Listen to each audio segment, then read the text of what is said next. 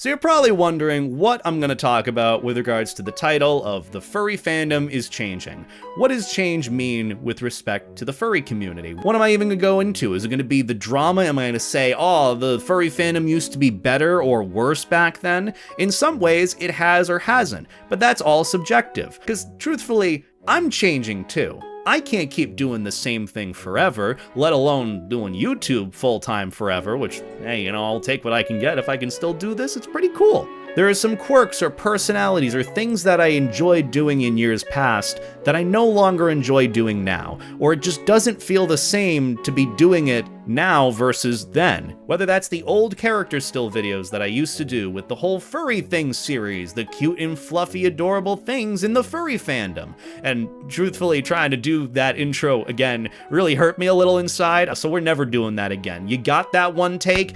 Hope you enjoy it forever, because it's never happening again. But in all seriousness, today I want to have a bit of an open discussion about the furry fandom with respect to the idea of change. Or not even just the idea, just how life changes. And change isn't something that is only a part of the furry community, it is just natural to life as we know it. I was originally thinking at the beginning of this year I wanted to do a sort of retrospective on the past 7 or so years that I have been in the furry fandom, because believe it or not, as of this last February, I've been a furry for like 7 years. I've been doing furry YouTube for that amount of time, and it's kind of scary to consider that, knowing that I'm more than halfway through doing it as a full-time YouTuber, but even just thinking about it, it's kind of neat. Seeing all sorts of different people and trends, traditions come and go, seeing how perspectives change with regards to the community, seeing how the furry community is perceived or understood by non-furries. And so today I want to have a little bit of an open discussion and also pick my brain a little bit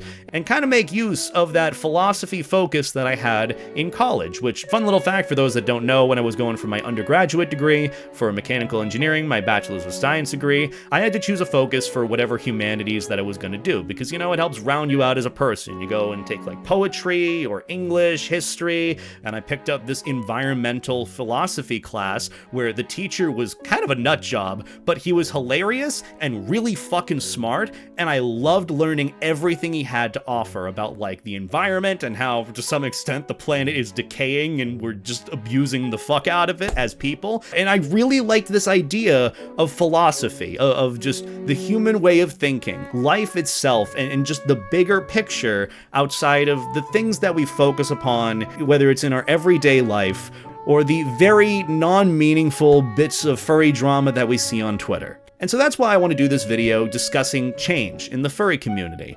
And with me being a furry for 7 years now, it might not be that big of a deal to me, but I know it's a lot deeper than whatever simplification I'm giving it. And I feel like when you look back on things nostalgically, you have this tendency to think that it didn't happen that long ago. Like, I'm still reeling from the fact that the Xbox 360 is considered a retro gaming console. What the fuck? How did this happen? Why? I loved that thing.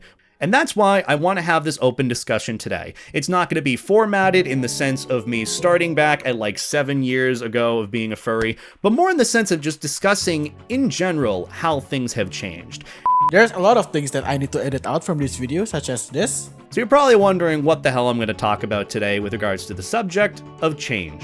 Not that weird latex transformation fetish video game that I totally played just for the paycheck at the end of the day. And this? He was insane and depressed and he hated people. Very good, A+ for you. By paying $1 on Beta's Patreon, not only you'll be getting early viewings of his videos, you'll also get extra cut content and commentary by me, his editor. As a bonus, your names will be featured on the description of his videos as a thank you. Your support means a lot to us. I wouldn't have this amazing job if it is not for you guys. Now, let's see how Now let's see how Daddy Beta is doing. And the main reason also why I wanted to do this video was because of a tweet that I saw on my feed, which surprisingly was recommended to me. Usually I just see like atrocities on my feed, not that I'm looking for them, but that's just how the algorithm is on Twitter. But I saw this tweet where someone was reminiscing about how fursuiting used to be very, very different years back. How it was understood as more of this tradition-like thing to put on a character and to not say anything and to not show any sort of skin when fursuiting because you wanted to stick true to the character. Where have we heard this before? Now, I don't know how long ago they're thinking with regards to this time period within the furry community, but back when I had first joined, the tweet itself got me thinking that, yeah, there used to be this point where, like, ruining the magic, the idea of it was thrown around. Like, a friend of mine did, like, a joking design of it, of, like, Majira taking off his paw, and it's like, don't break the magic or ruin the magic. Most of the time back then, it was thrown around as more of a joke, but some people truly did enjoy fulfilling that character and did their best to not ruin the magic. You know what, maybe we'll just wear this for the rest of the video. I don't care. You know what? We gotta change some things eventually. Howdy. Alright, let's read this tweet, shall we? Gosh, I feel old these days, with the fandom being so mainstream and nobody full suits anymore and everyone talks in suit. I've noticed a fun trend at gatherings is to walk your head around on your hand like it's a puppet.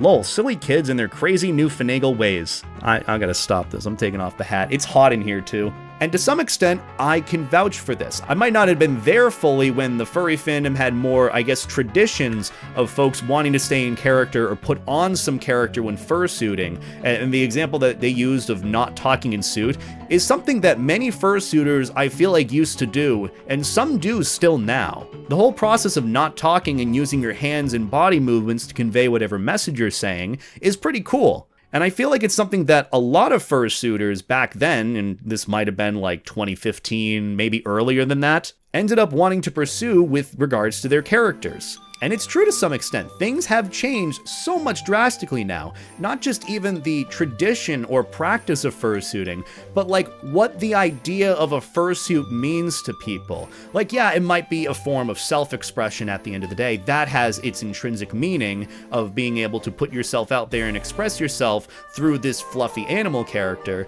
But what a fursuit means now versus what it meant for people years ago is much, much different. The way I interpret it, and this is kind of just my understanding from what I saw back when I was first joining the furry fandom in 2018, for some, fursuiting was a tradition that you wanted to partake in, where you just put on this character and as soon as the fursuit head went on, you were that character. But when I saw some folks replying to that tweet, being really combative to this idea of being nostalgic for how things were, kind of similar to how folks would respond to like poodling drama, controversy stuff, I was like, just read a little bit. It's not supposed to be that. I feel like fursuits now aren't just this practice of expressing your character, but for some are considered a symbol of social status, kind of like having an expensive car or expensive clothing. Especially with the focus being the furry community, a fursuit to some extent is just an expensive car. Like this idea of, oh, this person has a Kigurumi Kagetsu suit? Nice. And then immediately, the whole perspective of that individual or that furry or fursona, fursuiter, changes. At least in this day and age, it's had much more of a prominence, I feel like. Even with this idea that they mention about people wanting to just carry around their fursuit heads on their like fists through like the hotel lobby. I mean, I do that. I guess that might add to it being that fursuits are a sign of social status for some. It's not that fursuits are valued any less, it's just that they've taken on a whole new meaning in this new day and age we're in. Maybe this is just a video of me sounding like a boomer, you know? Maybe I'm in my boomer era. This does not give you the excuse to call me daddy. Don't call me daddy, I'm not in my 30s yet, please and thanks. But that tweet got me thinking about these ideas that I just mentioned, and so I was curious and wanted to see what other people were saying, so I checked out some of the quote retweets and replies, and this is what people had to say about it. Late-stage fursuit ownership in 2025 is to bring your fursuit head to the function, place it among the growing stacks of heads on the couch or table, and then never wear it, then take it back when you go home. I mean, quite literally, that's how some people actually do it when you go to like a furry convention or a furry meet or some sort of gathering with friends. You know, it is just kind of a sign of, hey, you know, this person is there. It's someone's presence extended through that fursuit. And it's a lot easier, obviously, to point out a fursuit or a character compared to a human face. Like, if I were carrying this around the lobby, or especially that one around the lobby, it'd be a lot easier to point that out in the crowd. Fursuits having this meaning of putting on a character when you have that character on, but meanwhile, the head is just kind of used as to some extent a placeholder of someone's presence, of someone being at an event or someone being there. I mean, for however long I can remember having a fursuit for now, I know there have been plenty of furries who just put all their fursuit heads when they're rooming together in front of like the windowsill at like the hotel room they're in, or put it on like the table to show like, hey, you know, we're all here, these are the people in the room.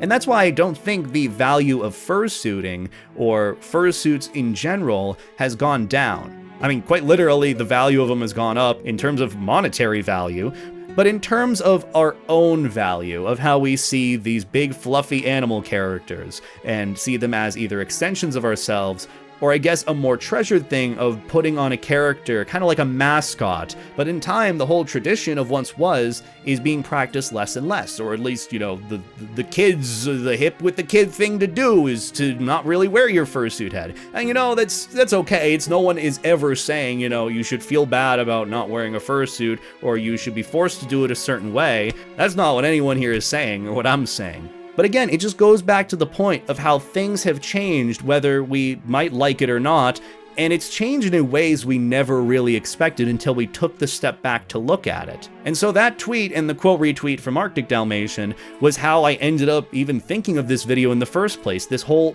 open-ended idea of change. And especially now, we're only realizing how much things have changed when we look back on how things used to be. I think there's a contingent of young furries who are more into the fashion of fursuits rather than an expression of a character. I guess it's one side effect of furry becoming cool. This fandom seems to have turned fursuits into a token item instead of an actual costume to wear and perform in, which is sad because I really miss the days of fursuiters with unique designs, personalities, and dedication to the art of fursuiting. Wait, is talking in fursuit seriously a newfangled thing?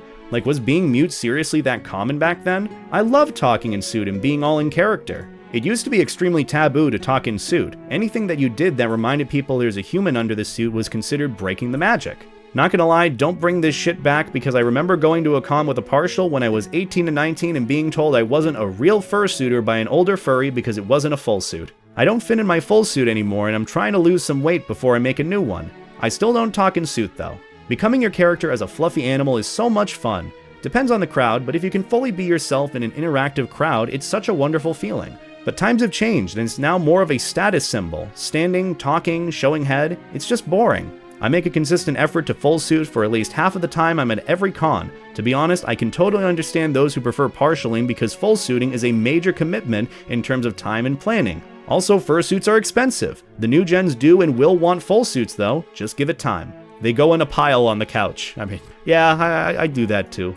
Part of me thinks that one of the reasons that people don't full suit as much as in the past is because not as many people can afford them or easily find makers with affordable prices, so they make do with their partials, which is good. I personally, on the other hand, one half. Full suiting in this economy? And fursuiting is just one aspect, one subtopic within the many different parts of the furry fandom that have changed in the past few years. And in my book, if you're not seeking out change, change is gonna find you. And usually when change finds you, it's not fun. It is not a good time. And so we should always be seeking to grow and improve and change. Because I look at it too, within not just my life within the furry fandom, but my life in general. There have been many different friends who have come and gone. There have been many things that have changed in my life. Sometimes I do look back at the older times of doing YouTube in like 2021. I remember that as being like the peak, the biggest moment of me being like a content creator. Everything was going great. Everything was going great in life. I was really happy.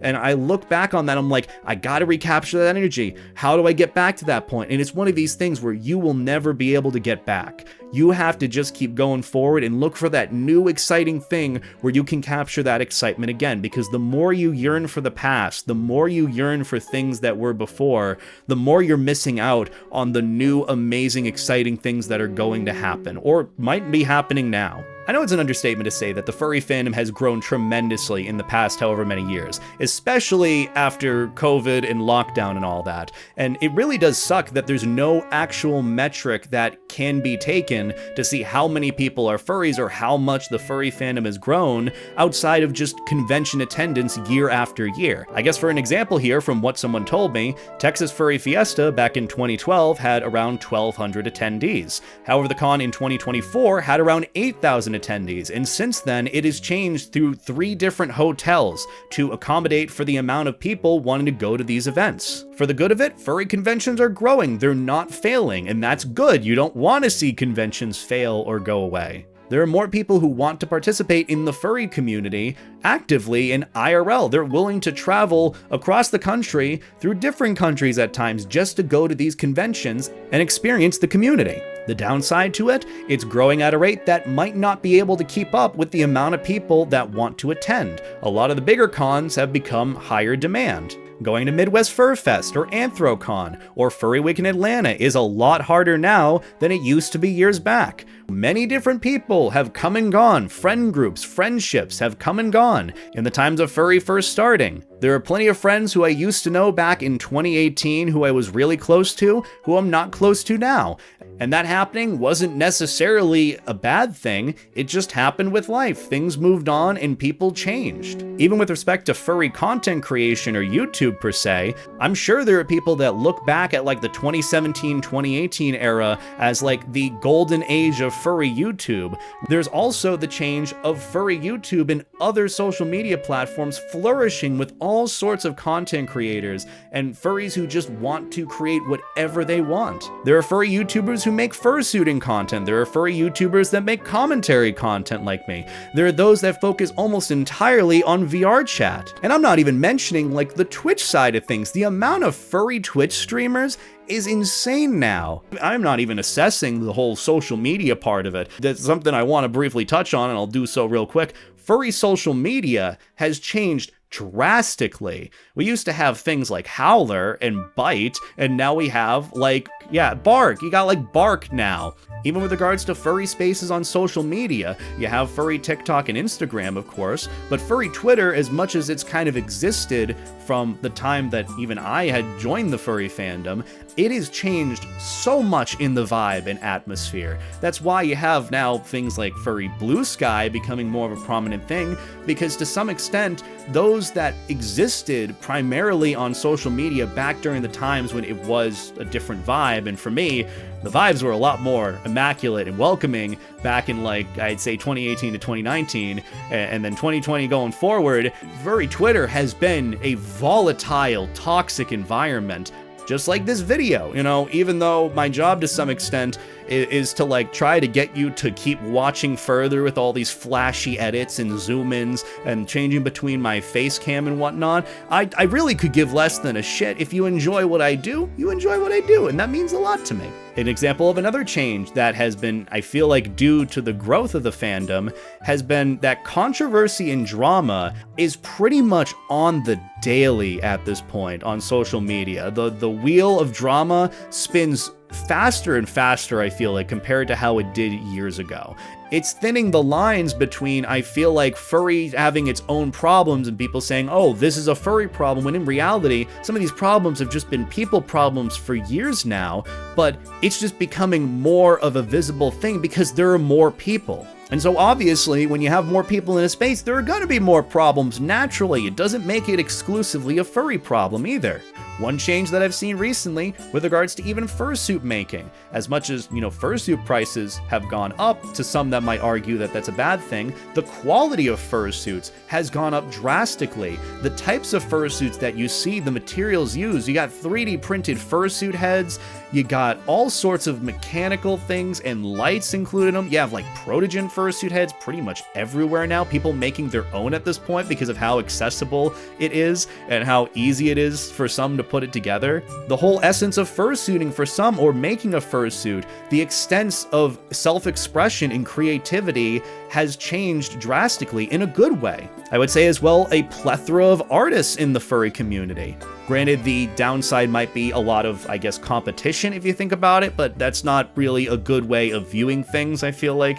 But the amount of furry artists that are available to commission now, the amount of known artists in the community has gone up drastically as well. That's a good change. And even outside of the growth of the furry fandom, the view that non-furries have of furries has changed so much too. Even outside of furry, the view of the community from non-furries looking in has changed so drastically. Years back in like 2018, 2019, you'd have all sorts of shitlords coming in trying to troll the furries and trying to film them. Nowadays, you have all sorts of people looking to come in and just enjoy the community and vlog their experiences. Of course, nowadays you have like rage bait articles of people associating furries with zoophiles and just making baseless claims based off of observations before they're kicked out of the con or something, but you also have people fact-checking them. You have community notes for some of these articles. You have focus being put on more of the good articles, the good reports about the community of what it actually is about. Another change that I see is cosplayers at furry conventions. You know, you can put on whatever sort of outfit, obviously within reason, or any sort of character or roleplay as whoever you'd like, and people love that. You know, it's not just in the sense of, you know, everyone enjoys the old times of fursuiting and tradition, but you have the good change of people enjoying, you know, different cosplays. It's becoming more nerd culture, embracing the weird. That's the good change I see in furry. But even in the sense of things changing so much in the furry community, a lot of things have stayed the same, I feel like. And the main thing I feel like that has stayed the same is the sense of community and just embracing the weird that is in it. You know, self-expression itself has changed in years, but the essence of what furry is about, what the community is about, the hobby, for some the lifestyle or the identity of having like a fursona, that hasn't changed, I feel like. The whole practice of furry conventions, of people coming to these events to celebrate a hobby that they enjoy and know and love despite all these changes happening, that's a good thing that has stayed the same.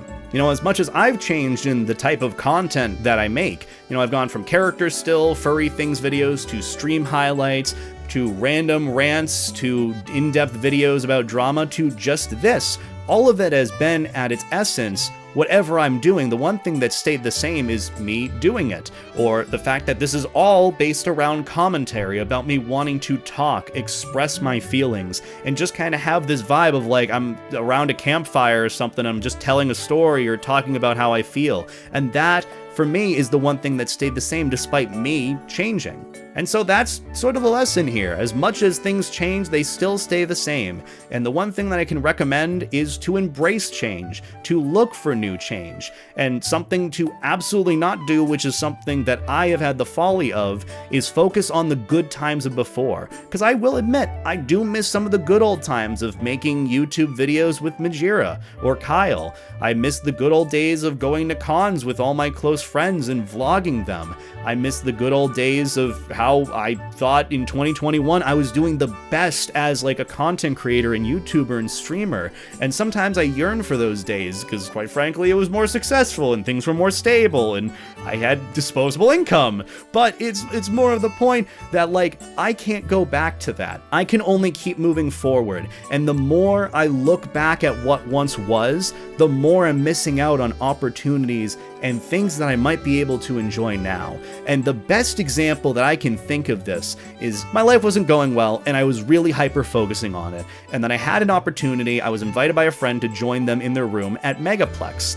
And at the time I was just putting myself out there a little bit again, trying to meet new people, trying to make new friends, and I just started like joining VR chat and all that. I was getting to meet my friends Jake and Cody and all of these wonderful, wonderful people. I was getting close to my friend Snowy. And so instead of focusing on the times before of thinking, oh, I shouldn't go to Megaplex, it's not gonna be the same, you know, even though I haven't been before, it's not gonna be the same vibe because it's new people and I'm just really, I don't know if I should, but I did and I took that opportunity. And Megaplex 2024 was the best furry convention that I have been to date. I left the con crying with how happy I was because I had made all these new memories, had solidified these friendships and relationships, and every single night was amazing. I went back to my room emotional and feeling filled with so much love. And that wouldn't have happened if I kept trying to relive what had happened before. And so that's why I'm telling you,